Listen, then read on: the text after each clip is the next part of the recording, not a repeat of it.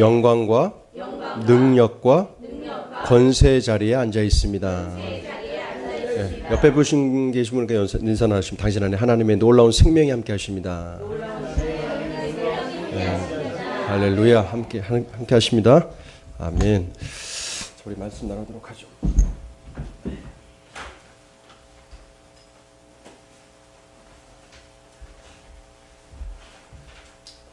자, 오늘 본문 말씀은 우리가 너무나도 잘 알고 있는 시편 1편 말씀을 뽑았습니다. 우리 시편 1편 말씀 다 같이 펴보시겠습니다. 성경을 반으로 딱 나누면 시편이 나와요. 시편 중에 거기에 1편 우리 1절서부터 함께 보시겠습니다.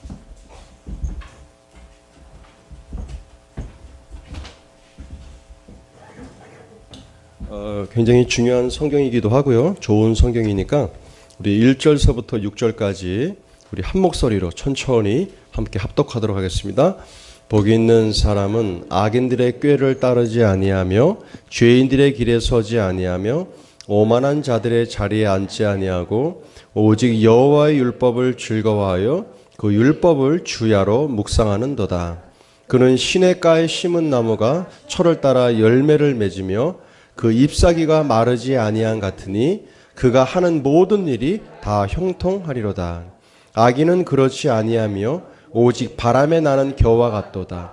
그러므로 악인들은 심판을 견디지 못하며 죄인들이 의인들의 무리에 들지 못하리로다. 무릇 의인들의 길은 여호와께서 인정하시나 악인들의 길은 망하리로다. 아멘. 좋지 않습니까? 우리 다시 한번 1장 1절서부터 6절까지 우리 천천히 묵상하시면서 다시 한번 합독하도록 합니다. 복 있는 사람은 악인들의 꾀를 따르지 아니하며 죄인들의 길에 서지 아니하며 오만한 자들의 자리에 앉지 아니하고 오직 여호와의 율법을 즐거워하여 그의 율법을 주야로 묵상하는도다. 그는 시냇가에 심은 나무가 철을 따라 열매를 맺으며 그 잎사귀가 마르지 아니한 같으니 그가 하는 모든 일이 다 형통하리로다. 악인들은 그렇지 아니하며 오직 바람에 나는 겨와 같도다. 그러므로 악인들은 심판을 견디지 못하며 죄인들이 의인들의 모임에 들지 못하리로다. 무릇 의인들의 길은 여호와께서 인정하시나 악인들의 길은 망하리로다. 아멘. 우리 옆에 계신 분과 또 한 번 인사합니다. 나는 의인의 길에 서 있는 자입니다. 나는 철을 따라 열매 맺습니다. 내가 하는 모든 일이 형통한 일입니다. 엄에 좋은 거 생각만 해도 좋지 않습니까? 아멘. 그와 같은 삶이 우리 가운데 예비되어져 있습니다. 그런데 단 조건이 있어요. 이것을 이제 잘 봐야 합니다. 죄수는 머리를 들라. 아빠가 시험 든다. 머리 들어라. 뭐가 또 아멘이 누가 아멘 하셨어요? 자, 이제 4월달 우리 이제 4주, 넷째 주 이렇게 맞이하고 있습니다. 날짜가 굉장히 빠르죠? 시간이 굉장히 빨리 지나가고 있습니다. 그런데 우리가 이제 이 방향이 정확하지 않으면 그냥 시간 가는 대로 가는 거예요. 목적이 없으면, 그쵸? 목적이 없으면 그냥 시간이 가버리고 맙니다. 4월이 지나면 이제 5월, 5월이 다가오면 이제 가정의 달 5월이 되게 됩니다. 그래서 5월 달에는 가정별로 모임도 많고 식사 모임도 많고 그렇죠? 그런 것들이 굉장히 많습니다. 놀이도 많고.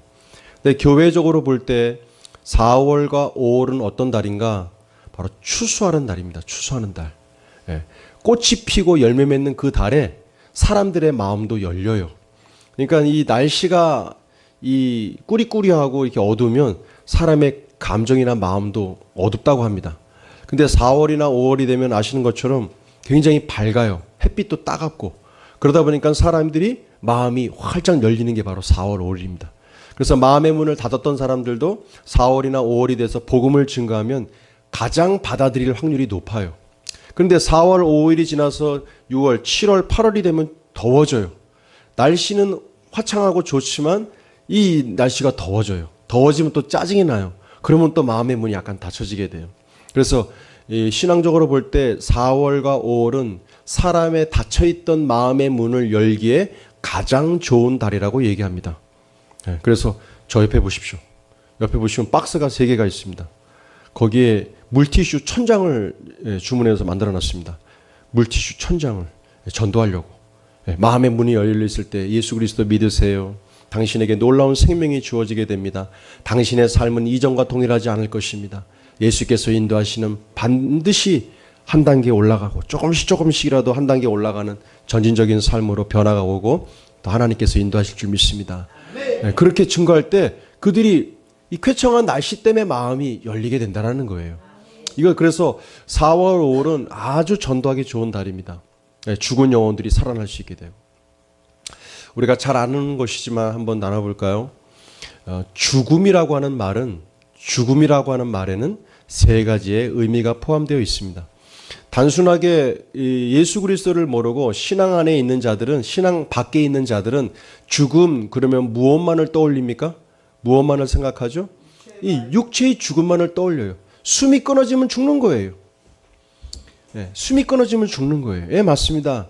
숨이 끊어지면 죽는 거예요. 그런데 죽음에는 또 다른 의미가 있습니다. 그 죽음의 또 다른 의미는 무엇인가 하면 바로 영적인 죽음입니다. 영적인 죽음. 우리 한번 따라해 보실까요? 영적인 죽음. 나는 영이며 혼을 가지고 있고 육체 안에 살고 있습니다. 아직까지도 우리가 인생을 살아가면서 나라고 하는 개인 한 사람의 존재가 무엇인지를 정확하게 답하지 못하는 사람들이 너무나 많습니다. 너무나 많아요. 학식이 높아서 말 못하는 게 아니에요. 학식이 없거나. 우리 오직 이 성경에 나와 있는 말씀을 통해서 근본된 진리를 통하여 사람은 어떤 존재인지를 명확하게 알 수 있다는 겁니다. 우리는 너무나도 잘 알고 있습니다. 사람을 하나님의 형상과 모양대로 지음받은 영적인 존재가 사람입니다. 아멘. 믿으십니까? 그렇지만 인간이 타락했어요. 죄가 들어왔어요. 그 죄의 시작은 뭐냐? 우리가 얘기하는 시시콜콜한 죄들. 저 사람이 거짓말했어요. 돈 떼먹고 도망갔어요. 도둑질했어요. 뭐 살인했어요. 강도짓을 했어요.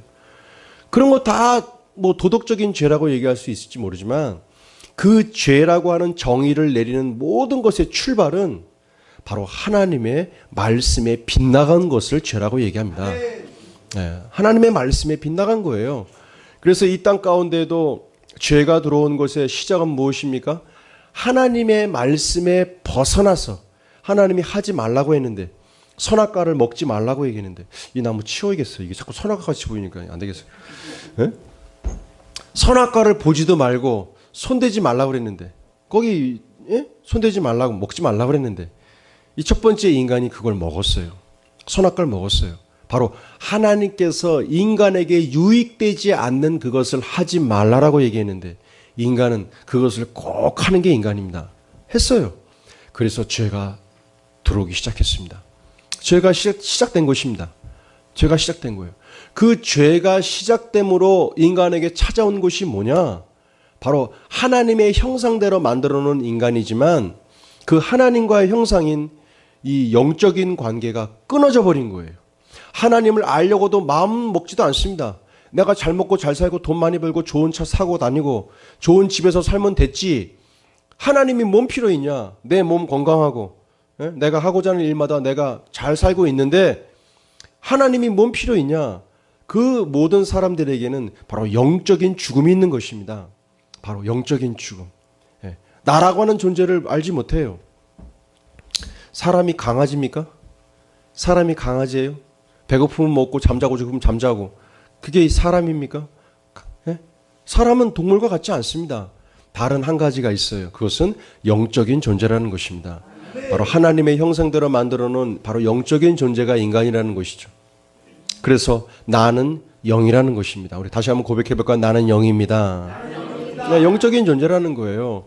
그래서 죽음이라는 것의 또 다른 의미, 그 한 가지는 뭐냐면 사람의 영이 죽었다라는 겁니다. 사람이 영이 죽어 있다라는 거예요. 하나님을 알려고자 하는 마음도 없고 알고 싶지도 않고 오직 이 육체에 갇혀 사는 바로 영이 죽어 있는 존재, 바로 영이 죽어 있는 존재라는 뜻입니다. 그래서 죽음이라고 하는 부분 또 다른 의미, 그것은 영이 죽어 있는 사람을 얘기합니다. 영이 죽어. 우리 한번 같이 말씀해 볼까요? 영이 죽어 있는 사람. 그것은 죽은 자와 같습니다. 우리 두 번째 죽음은 우리가 잘 알고 있는 것처럼 육체적 죽음입니다.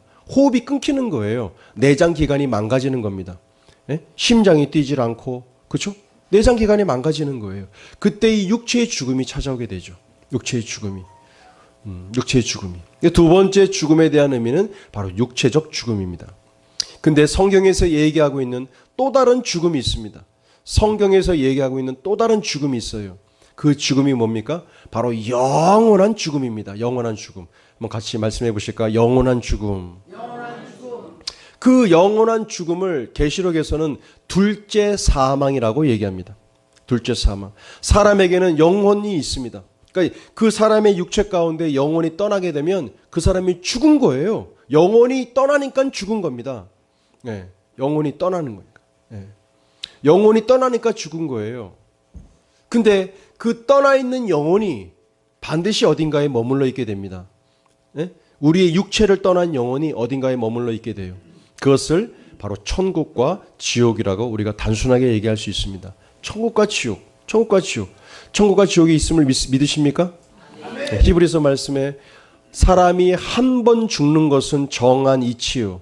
죽고 난 이후에는 반드시 심판이 있다라고 기록되어져 있습니다. 우리는 사람을 두려워할지도 모르고 권세와 권력이 있는 자들을 두려워할지도 모르지만 진정 여호와 하나님을 두려워할 수 있어야 합니다. 그 자가 지혜로운 자입니다. 하나님 무서운 줄 알아야 해요. 사람의 눈을 피하고 누군가를 잠깐 건너뛰면 다 숨겨져 있는 줄 알아요. 그렇지 않습니다. 우리는 하나님을 두려워할 수 있어야 합니다. 하나님을 경외할 수 있는 자들이 되어야 할 줄로 믿습니다. 아멘. 아름다운 교회를 섬기는 모든 분들은 목회자 두려워하지 마십시오. 좀 건방진 얘기인지 모르겠지만 하나님 두려워하십시오. 하나님 두려워하시기 바랍니다.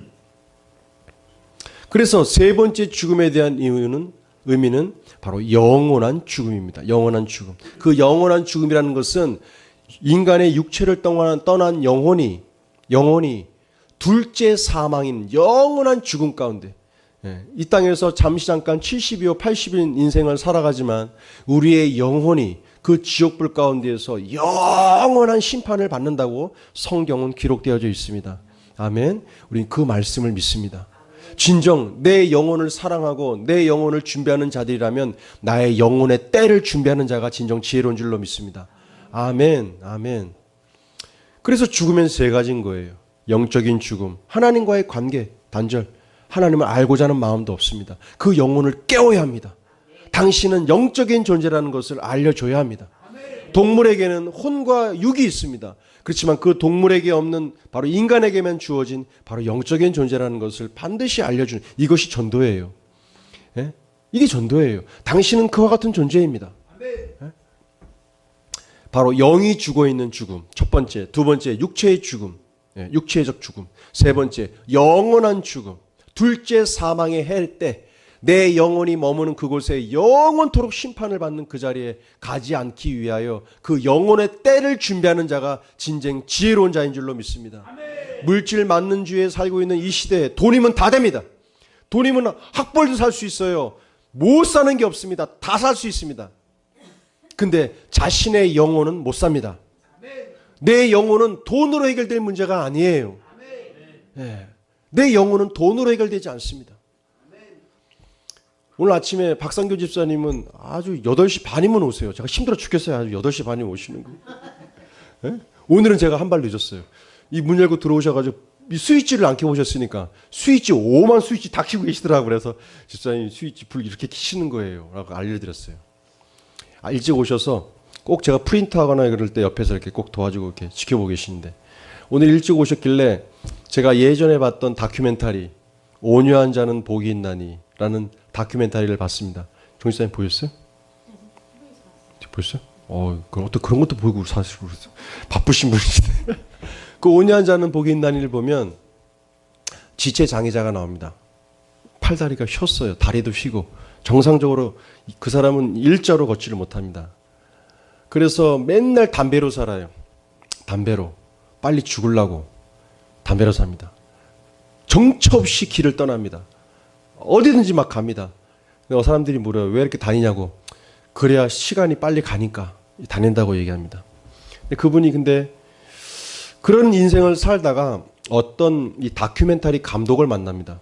근데 이 다큐멘터리 감독은 이 뭐 특별히 하는 일도 없고 그래가지고 이 무비 카메라 중고 무비 카메라 하나 삽니다. 30만 원을 주고 중고 무비 카메라 하나 사는데 그걸 사가지고 자기 인생도 풀리지 않으니까 밑바닥 인생들을 찍고 다니는 거예요. 네? 바람에 날아다니는 쓰레기, 비닐봉지 이런 것들을 찍고 다니는 거예요. 내 마음이 황폐하니까 그런 것들을 찍고 다니는 거예요. 그러다가 그 장애인을 만나게 됩니다. 얼굴도 그렇고 몸도 그렇고 딱 봤을 때는 소망이 보이지 않는 그런 사람이었습니다. 그 사람과 많은 시간과 교제를 보내면서 그 사람의 인생을 찍습니다. 그분의 시작은 빨리 죽어버리고 싶은 인생, 빨리 담배 다 태워가지고, 대한민국에 있는 담배는 자기가 다 태워가지고 빨리 죽어버리고 싶다라는 거예요. 담배를 아직 물고 삽니다. 그리고 길바닥에도 그냥 막 잡니다. 길에서 막 드러누워 있어요. 맨날 맥주 마시고 그 정신으로 그냥 살아가는 거예요. 나라에 주는 정보 보조금 갖고 살아가는 겁니다. 그런데 이분이 변화가 오기 시작했습니다. 변화가 어떻게 변화가 왔느냐? 어떤 집회에 가가지고 성령을 받아요. 성령을. 그 사람의 영이 가난의 영, 실패의 영, 좌절과 절망, 낙심의 영, 막 하나도 소망이 없는 그와 같은 영으로 꽉 차있던 그 영이 새 영을 받게 됩니다. 새 영이 임해요. 어떤 영이 임합니까? 성령, 하나님의 영이 임하니까 하나님의 영은 소생시키는 영이에요. 할렐루야. 살리고 살리는 영이 성령이에요. 그 영이 육체 가운데 임하다 보니까 그 생각이 바뀌기 시작하는 겁니다. 그의 입술 속에서 찬송이 울려 퍼지고 나뭇잎을 보더라도 거기에 시상이 떠오르기 시작하는 겁니다. 하나님이 만들어 놓은 만물들이 보여지기 시작하고 거기가 아름답기 시작하는 거예요. 할렐루야. 그의 마음이 꽃펴지기 시작하고 눈이 바라보는 것들이 바뀌기 시작하니 세상에 보이지는 모든 것들이 달라지는 거예요. 그때는 낙심과 절망과 빨리 죽었으면 좋겠다. 대한민국에 있는 모든 담배, 그 사람 별명이 뭐냐 하니까 니코틴정이 있어요. 니코틴정. 얼마나 담배를 많이 폈으면. 그와 같은 인생을 살던 그 영으로 가득했던 그가 주의 성령을 받다 보니 살리고 살리는 영, 소생케 하는 영, 소망을 주는 영, 놀라운 생명의 영이 임하다 보니까 바뀌기 시작하는 겁니다. 말이 바뀝니다. 보는 것들이 달라지기 시작합니다. 그래서 그 사람이 나는 시집을 만들게 됩니다. 시집을 쓰게 돼요. 놀라운 변화가 임하게 됩니다. 그리고 나서 그 집회 가운데 그 사람이 매일마다 광화문에 그래도 먹고는 살아야 되니까 광화문에다가 돗자리 이만한 거 펴서 1,000원짜리, 2,000원짜리, 3,000원짜리 고무장갑, 뭐 칫솔, 치약 그런 거 있죠? 그런 가게에 필요한 것들을 자리에 깔고서 돗자리에 깔고서 맨바닥에 앉아서 365일 비가 오나 눈이 오나 바람이 부나 겨울에도 앉아서 그걸 팔고서 생계 유지를 하는 겁니다. 근데 그때 기도를 받으면서 하나님께서 예언을 해주시는데 글로리 존 그 얘기를 해요. 글로리 존 영광의 자리라는 거예요. 영광의 자리. 하나님께서 당신에게 아주 작은 영광의 자리를 줬습니다 라고 얘기하는 거예요. 그 자리가 돗자리, 광화문 앞에 펴져 있는 한 평짜리 돗자리였습니다. 그 사람이 볼 땐 뭐였어요? 사람들이 볼 땐 뭐예요? 아이고 소망도 없고 참 인생 불쌍한 사람이다라고 봤습니다. 그렇지만 하늘나라에 계신 하나님께서 보실 때 그 자리는 어떤 자리였어요? 영광의 자리였다라는 겁니다. 영광의 자리. 그래서 사람이 보는 시각과 하나님이 보는 눈은 달라요. 또 다른 신부한 분이 와가지고 그 남자를 축복하며 기도해 주는데 그렇게 기도해 주는 겁니다. 당신의 하늘의 상급이 놀랍게 큽니다. 당신의 상이 하늘에서는 엄청나게 큽니다 라고 얘기해 주는 거예요. 이 사람이 박수를 칠 수가 없어요. 손이 안 맞아지니까 막 이렇게 하면서 박수를 치면서 거기를 막 온 사방을 돌아다니니까 너무너무 기쁘니까 사람들이 볼 때는 손가락질을 가는 그 인생이었는데 하나님 보실 때는 그분을 매일 찬양하고 시와 글로써 하나님을 찬양하는 그의 삶 속엔 하늘의 상이 엄청나게 많다라는 겁니다. 아멘. 하나님을 찬양하십시오. 하나님을 기뻐하시길 바랍니다. 지금 나의 눈으로 이 땅을 바라보지 마시고 하나님 보시는 시각으로 내 인생을 바라보시길 바랍니다. 아멘. 놀랍게 변화됩니다. 놀랍게. 그거를 제가 한 50분 동안 박 집사님과 같이 봤어요. 제 눈물도 제 눈에도 빨개지고 박상규 눈도 빨개지시면서 감동을 받으시는 거예요. 집사님이 저에게 온 지 한 달 되셨는데 지난주에 저하고 새가족반을 뛰었습니다. 아주 일사천리로 새가족반을 뛰어서 전사님이 이제 박상희 집사님 대표기도 가운데 집어넣어 주십시오. 그거 하고 싶으셔서 공부했어요. 나 저런 분 처음 봤어. 다들 시켜도 안 하는데 이 와서 많이 듣고 대표기도 한번 예배 때 대표기도 해보고 싶다는 거예요. 그래서 공부 뛰시면 박수 한번 보내주십시오.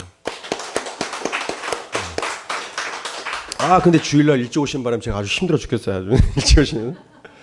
그래서 아침에 이제 그거 보면서 우리가 같이 감동을 받았습니다. 사람이 보는 이 땅의 삶과 하나님이 보시는 우리의 삶은 엄청난 갭이 있습니다. 우리가 예레미야서 말씀 가끔 나누죠. 예레미야서 말씀 가끔 나눕니다. 광야로 인도함 받은 이스라엘 민족은 미치겠는데 맨날 떼 앞에서 40년을 광야에서 살았는데 하나님 보실 때 그 광야의 삶은 어떤 시간이었습니까? 예레미야서 보니까 어떻게 기록되어져 있습니까? 네? 내가 너희와 신혼을 맺고 있다라고 기록되어 있습니다. 놀랍지 않습니까? 아니 그것이 신혼의 삶입니까?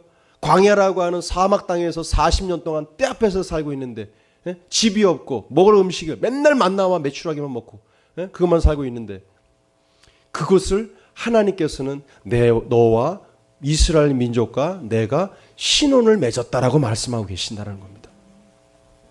하나님이 바라보시는 우리 이 땅의 삶과 우리가 바라보고 있는 현실은 너무나도 갭이 큽니다.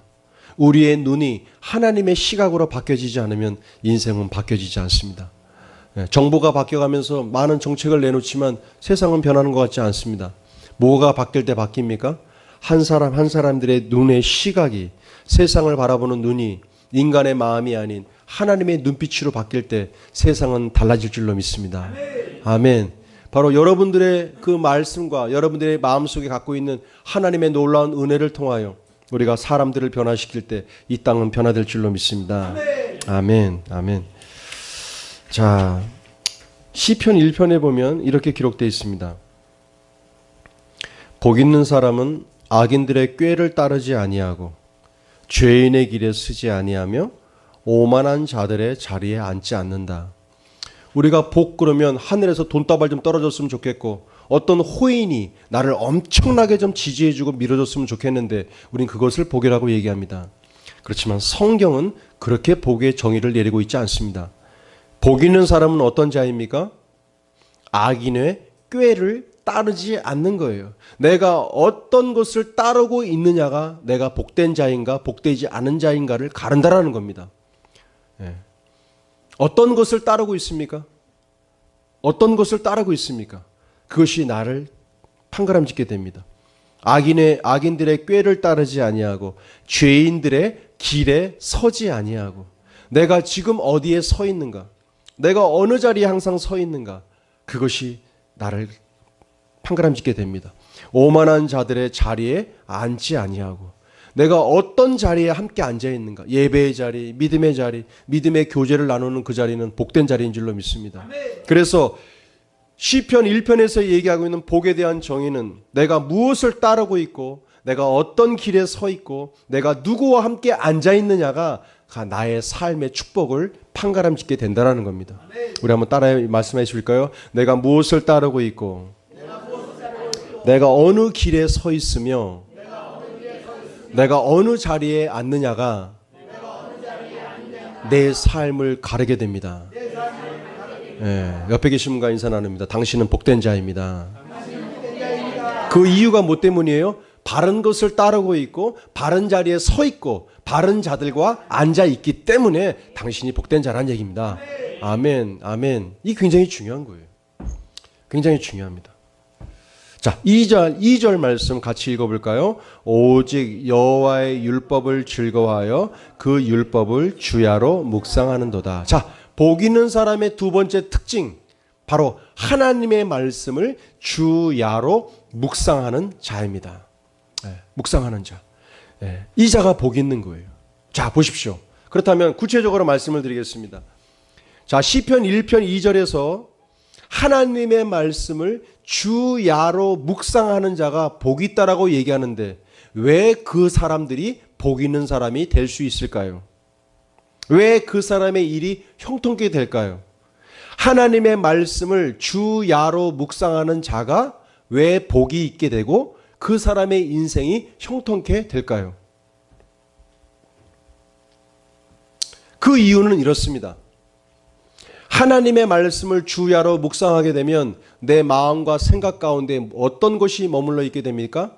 하나님의 말씀이 자리를 잡게 됩니다. 왜? 내가 맨날 보고 있는 게 하나님의 말씀인데, 하나님의 말씀을 내가 매일 보고 주야 아침과 저녁으로, 이것은 아침에 보고 저녁에 본다는 얘기가 아니에요. 하루 온종일 동안 항상 내 머릿속에 머물러 있다는 얘기입니다. 하나님의 말씀이 그의 생각과 사고체계와 마인드에 머물러 있으니 어떤 일을 판단하고 선택하고 일을 행할 때에 그 말씀대로 기준으로 내 머릿속에 있는 그것이 인간에게 나오게 되어 있습니다. 내가 무엇이 가득 차 있느냐가 그 사람을 만드는 겁니다. 내 안에 있는 것이 밖으로 나오게 되어 있어요. 안 그렇습니까? 예? 저 사람이 왜 저러지? 안에 차 있는 게 그러니까 그렇게 나오는 거예요. 간단합니다. 하나님의 말씀을 주야로 묵상하는 자는 그 머리에, 마음, 생각 속에, 마음에, 마인드 가운데 하나님의 말씀으로 꽉 차 있기 때문에 삶을 살아가면서 어떤 일을 판단하고 선택하고 결정할 때 하나님의 말씀대로 판단하게 됩니다. 왜? 들어있는 게 그것이 잔뜩 들어있으니까. 결과는 어떨까요?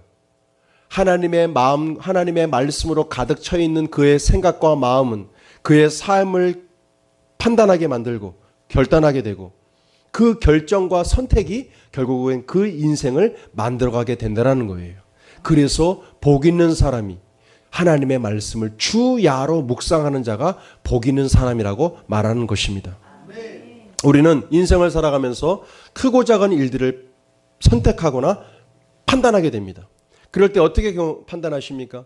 나의 경험과 나의 지식으로 판단하십니까?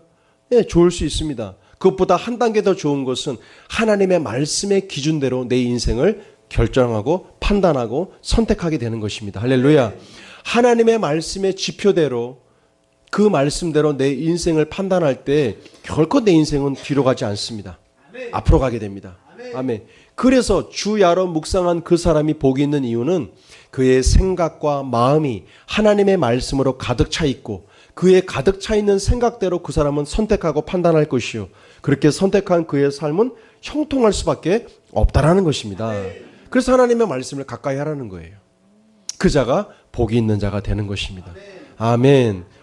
우리 한번 고백해 볼까요? 하나님의 말씀을 가까이 하는 자는 복이 있는 사람입니다. 그런데 여기에 나와 있는 이 묵상이라는 말은 오직 하나님의 말씀을 내 마음에 간직하고 꽁하고 주여 이게 묵상이 아니라는 거예요. 묵상에는 세 가지가 있습니다. 묵상에는 세 가지가 있어요. 하나님의 말씀의 뜻을 생각하며 진리를 받아들이는 게 묵상이에요. 아시겠죠? 네. 하나님의 말씀의 뜻을 생각하고 진리로 내 마음에 받아들이고 그것이 시작입니다. 두 번째는 받아들인 그 하나님의 말씀을 내가 내 입술로 중얼중얼 하는 거예요. 어떤 사람들 보면 남한테 하지 못할 말 에이씨 하면서 중얼중얼 하시는 분들이 있어요. 그런 욕 말고 진정 하나님의 말씀을 주야로 나는 새로운 피조물입니다. 하나님이 나를 새롭게 하셨습니다. 이전 것은 지나갔습니다. 나의 마음속에 하나님의 조의 생명으로 가득합니다. 내 인생은 전전할 것입니다. 나는 승리자입니다.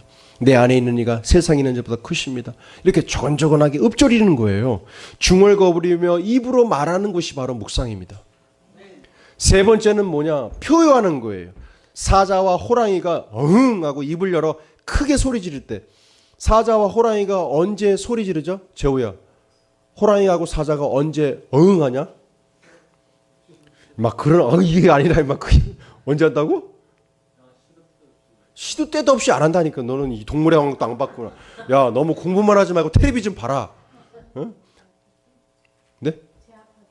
맞습니다. 제압할 때. 기압을 제압하는 거예요. 어떻게? 겁을 주는 거예요. 근데 그 사자와 호랑이가 겁을 줄 때 언제 겁을 줍니까? 동물을 잡아먹으려고 할 때. 그 사람이 아니지. 그 동물이 겁을 질리게 막 이렇게 겁을 질리게 할 때 어흥하고 와서 잡아먹는 거예요.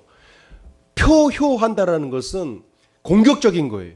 사자와 호랑이가 어떤 동물을 잡아먹으려고 할 때 기선을 제압하는 거예요. 이게 묵상이에요. 자, 다 같이 두 손을 날카롭게 들어보세요. 기회를 드리게. 지집사님, 저한테 손톱을 보여주세요. 자, 포옹해 보십시오. 시작. 그렇게 하고 강아지라도 잡겠어요? 쥐 한 마리도 못 잡겠네. 다시 한번 시작. 제 엄마 퍽이나 개임이라도 잡겠다 그래가지고. 예? 세게 해야지 세게. 자, 이덕기 사장님 표해 보십시오. 시작. 그래요. 미꾸라지는 잡을 수 있겠네요. 엉했으니까. 자, 우리 정민이 아빠 시작. 정민이 엄마나 잡어. 자, 우리가 이렇게 표하는 듯이, 다른 말로 하나님의 묵상을 할 때는 뭐예요? 사탄과 마귀를 내가 제압하겠다는 마음으로 세게 하라는 거예요. 그래야 뭔가 결실이 있다는 얘기입니다. 아버지 주여. 이래가지고는 개미 한 마리도 못 잡는다는 얘기입니다. 따라해 보실까요? 주여! 사단아! 물러갈지어다. 내 안에 계시니가 세상에 있는 자보다 크시니라. 주여! 감사합니다. 감사해도 그냥 우리가 감사합니다 이렇게 하는 거예요. 할렐루야. 우리 오덕수 오금수 집사님 잘하시네. 다시 한번 시작. 감사합니다. 아멘. 이쪽 동네가 제일 시끄럽네. 이쪽 동네하고 여기가 제일 조용하고 이쪽도 센 분들이 많아요. 이쪽 분들. 이게 표호예요. 이렇게 묵상을 하라는 얘기입니다. 정 집사님이 매주 토요일마다 이렇게 아침에 일찍 오셔가지고 교회를 청소를 해주세요. 우리 박수 한번 해드릴까요? 네, 유관희 집사님이 한 3년을 해주셨는데 이제 50대가 넘어가면서 허리가 휘어버리셨어요. 그랬더니 정우목 집사님 하나님 보내주셔서 교회를 싹 깨끗하게 해주십니다. 근데 저번 주 토요일날 어저께가 토요일이죠? 벌써 시간이 많이 지난 것 같은데 어저께가 토요일이네요. 어저께 오셔서 그러시는 거예요. 저는 여기 위에서 청소하는지도 몰랐어요. 근데 저도 안 나와 있고 그러니까 여기 앉으셔서 기도하셨다라는 거예요. 성경책 펴서 시편을 읽으셨대요. 6편인가 7편까지 읽으셨대요. 예? 시편 1편부터 7편까지 읽으셨는데 그냥 예전에는 눈으로만 봤는데 자꾸 고백하라고 하니까 교회에서 고백하고 말로 하십시오 하라니까 큰 소리로 읽었대요. 1편부터 7편까지 있는 그 시편 말씀이 심령 안에서 힘이 생기더라는 겁니다. 그래서 내 입을 벌어서 말할 때 하나님의 말씀을 읊조릴 때 반드시 여러분들 안에 계신 성령께서 충만케 되십니다. 아멘. 그래서 막 충만해 주시니까 어떡할지 모르는 거예요. 막 저를 괴롭히려고 그러시더라고요. 그러지 말라고 했습니다. 농담입니다. 네, 그래서 토요일 날 오셔가지고 큰 소리로 아무도 없잖아요. 이게 불 켜놓고 청소하시기 전에 시편 말씀을 읊조리셨대요. 묵상하셨대요. 큰 소리로 어떻게 표하듯이. 복 있는 사람은 악인들의 꾀를 따르지 아니하며 죄인들의 길에 서르지 아니하며 오만한 자들의 자리에 앉지 아니합니다. 이렇게 큰 소리를 읽으셨다는 거예요.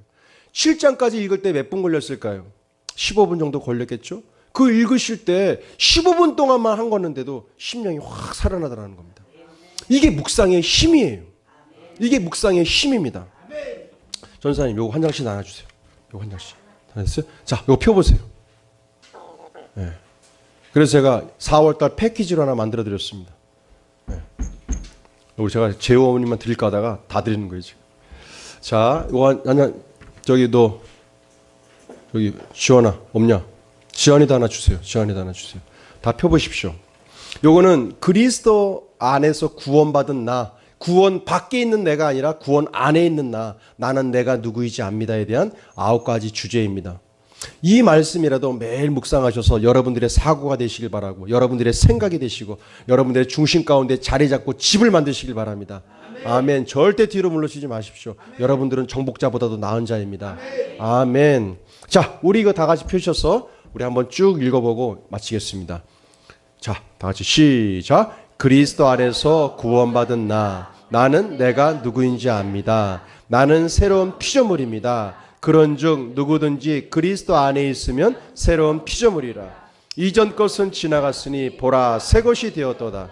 나는 영생을 가지고 있습니다. 아들이 있는 자에게는 생명이 있고 하나님의 아들이 없는 자에게는 생명이 없느니라.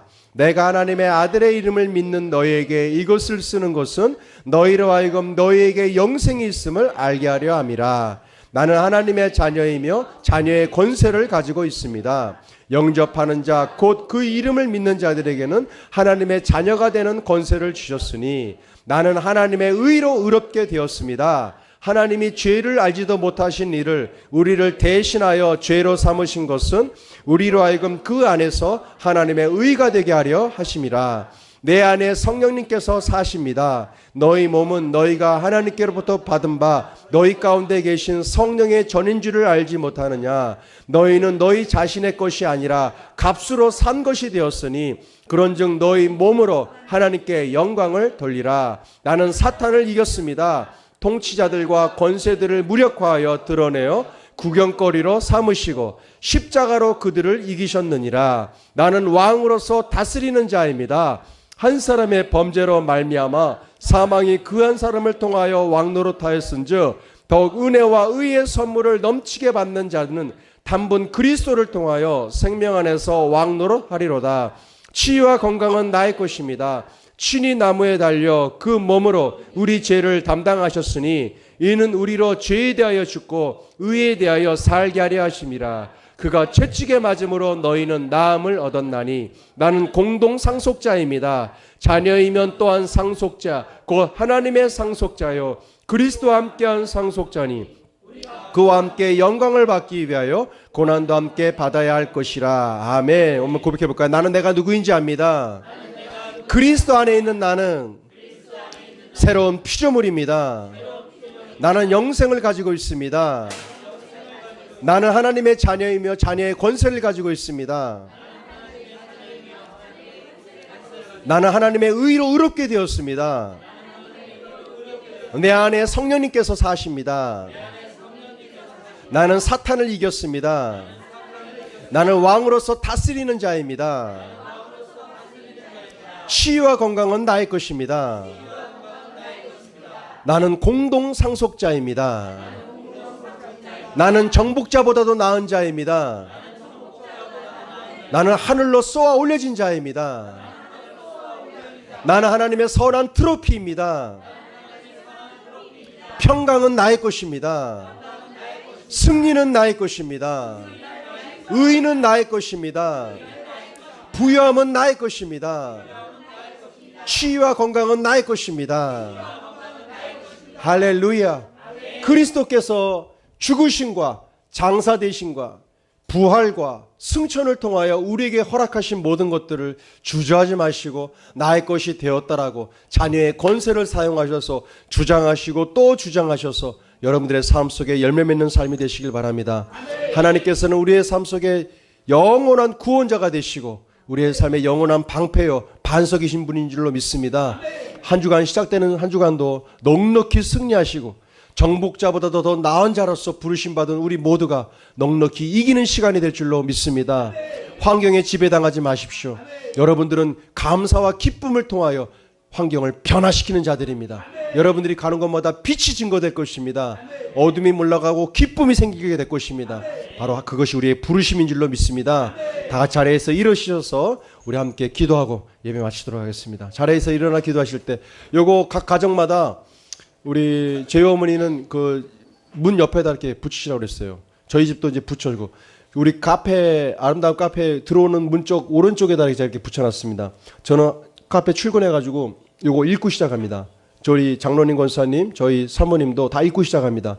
이것이 읽는데 시간이 오래 걸리시면 앞에 타이틀 제목 9개만 읽고라도 시작하십시오. 여러분들의 사과 되게 하시고 여러분들의 생각이 되게 하셔서 승리하시길 바랍니다. 자, 요거 각 가정마다 배치하신 다음에 인증샷을 카카오톡으로 다 보내주시길 바랍니다. 아멘. 아멘? 집사님. 아멘. 따지는 아멘을 하셨어요 지금. 황 집사님. 정민 아빠. 아멘. 할렐루야. 이렇게 아멘 하셔야지. 자, 이제 다 같이 두 손 높이 드시고 우리 주님 3번 부르고 힘있게 기도합니다.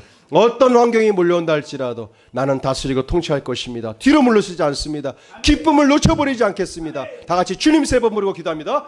주여! 주여!